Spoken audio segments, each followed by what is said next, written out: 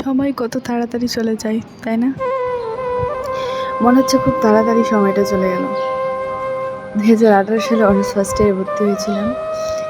আজকে 2024 সাল। বড় হয়ে গেছি, তাই না? নিজেকে বড় বড় ফিল হচ্ছে। তো এক্সামের আগে আমাদের প্রাইভেট থেকে আমাদের বিদায় দেওয়া হয়েছিল। তো ভিডিওটা আমার তখন করা, আমি এডিট করার সময় পাই নাই। এখন ভিডিওটা আমি নিজের মতো এডিট করতে বসলাম। প্রায় এখন রাত 3টে।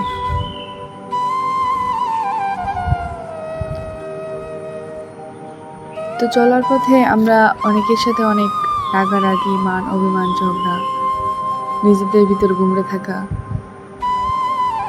অনেক কিছুই করেছি। আমরা জানি time and tide wait for নুন।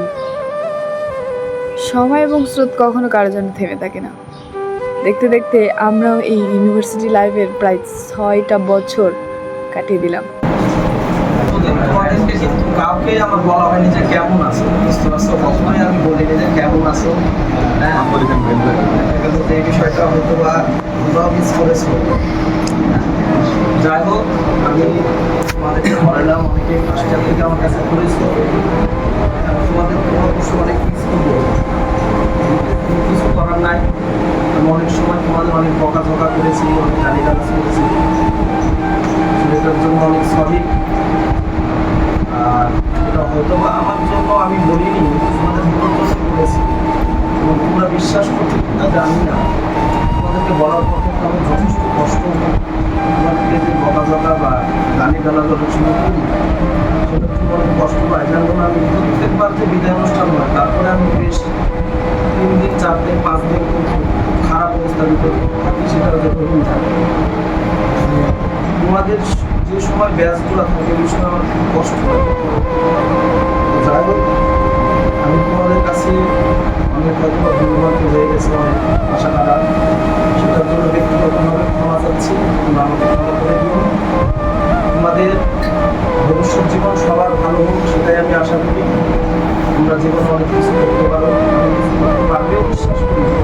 হয়তো অনেক সময় বলেছে যে কিছুই করতে পারবে না, ফোন ছাড়াও গা, বন্ধু ছাড়াও বাস্তব জীবন আসলে অনেক কঠিন। যে এটা মানবে হওয়ার পরে যে চাকরির জগতে ঢোকার পরেই বুঝতে পারে আসলে বাস্তবতা। হ্যাঁ, তখন হয়তো আমার কথাগুলো কিছু মনে করতে কত কথা না বাড়ায়, আমি তোমাদের কাছে ব্যক্তিগতভাবে রিপা তোমাদের অনেক সময় বকাঝকা করেছি ভাই, মনে করো না।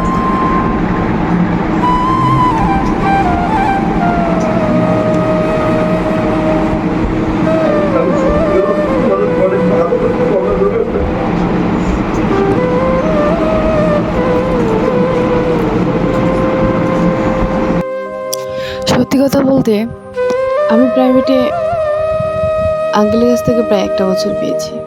তো সেখান থেকে আমার আসলে অনেক কিছু শেখার আছে, বা আমি শিখতে পেরেছি। হয়তো বা পরীক্ষার পরে কিছুদিন ভালো লাগবে যে আমাদের প্রাইভেট নাই, কলেজ নাই, ক্লাস নাই। বেশ তো হচ্ছে, যখন প্রাইভেট ছিল, কলেজ ছিল, ক্লাস ছিল, নিজেদের ভিতর কত না অ্যালসামি।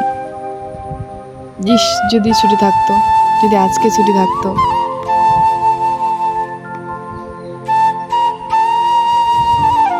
এই বন্ধুকে ফোন করা, ওই বন্ধুকে ফোন করা, বান্ধবীকে ফোন করা, আজকের নোটসটা কী ছিল, আজকের পড়াটা কী ছিল, প্রাইভেটের পড়াটা কী ছিল, আমি তো কালকে যাইনি, কী ছিল, আমি তো বাসায় গেছিলাম, এটা কী ছিল, হয়তো বা জিজ্ঞেস করা হবে না। তো প্রাইভেটে ফেয়ারওয়েল, আমরা প্রোগ্রামটা শেষ করার পরে বিকেলবেলা আমাদের ব্যাচ শুধুমাত্র ঘুরতে গেছিলাম রাজশাহী বাদ। মানে শেষ দিন কান্নার মধ্যে দিয়ে না, হাসির মধ্যে দিয়ে শেষ করতে চেয়েছিলাম। তো সবাই মিলে একটা আয়োজন ছিল, যদিও অনেক সবাই মজা করেছি, ঘুরেছি, একসাথে সারাটা দিন কাটাইছি। তারপরেও কোথাও যায় মনে হচ্ছে যে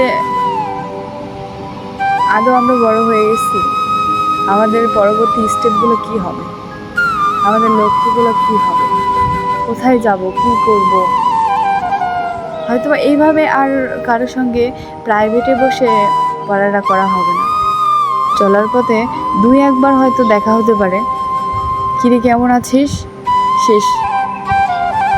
আবার এমনও পরিস্থিতি আসতে পারে যে দূর থেকে একটা হাই বলে ওখান থেকে জাস্ট তারপরও বলবো, যদি কোনো ভুল হয়ে থাকে, যদি কারো মনে দুঃখ দিয়ে থাকি, তার জন্য আমি সবার কাছে আন্তরিকভাবে দুঃখিত। সবার চলার পথ সুন্দর হোক।